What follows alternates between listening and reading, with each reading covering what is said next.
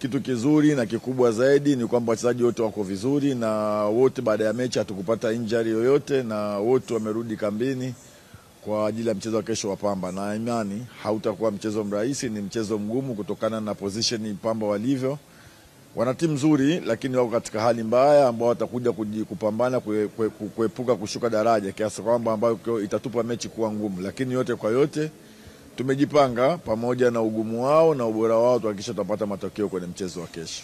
Nafikiri ni kiporo cha tatu kama unavyosema, na tulijua kwamba haitakuwa rahisi. Ukiangalia mechi 4 ndani ya siku 10 kila baada ya siku 2 sio kazi rahisi. Wachezaji ni binadamu, ni mashine. Tumetoka kwenye international game, uchovu, tuendelea kufanya rotation, kwa hiyo tulitarajia kuwa ni mechi zitakuwa ngumu, lakini tumejipanga pamoja na ugumu wote wa mechi hizi tutoke na pointi zote 12. Mimi nafikiri ni wakati wote, kwa sababu mechi zetu sisi zote kwetu sisi ni muhimu pointi 3 kwa mechi yoyote, na huu ni wakati muhimu kama unavyosema wewe, ili tuweze kuweza kugombania ubingwa na kuweza kupata ubingwa ni lazima tushinde game hizi. Hatuwezi kuruhusu kuweza kudrop point, kwa sababu kisha drop point katika game hizi ni kwamba unatoa gap kwa mpinzani wako kwenda kutengeneza nafasi yake kutetea ubingwa. Kwa hiyo ili uweze kukaribia ubingwa na kuwa karibu kabisa ni kuhakikisha uweze kudrop point katika game hizi za viporo zilizokuwepo. Ni kweli tulipata tatizo juzi kwenye warming up, Shamu alitwist ankle na hakuweza kucheza game ile na alikuwa kwenye line up, lakini tunashukuru jana aliweza kuwa vizuri na aliweza kufanya mazoezi na yuko na kikosi. Kwa hiyo kwa hilo ninatupa matumaini makubwa ya kuweza kumtumia mchezaji yoyote tutakayemhitaji katika mchezo wa kesho. Kwa hiyo hali iko vizuri na morali iko vizuri kwa ajili ya mchezo wa kesho.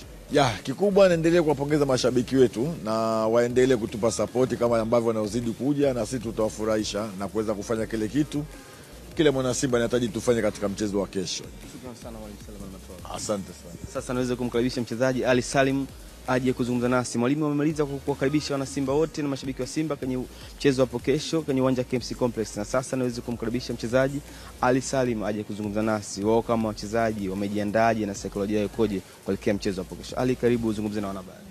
Asalamu alaykum.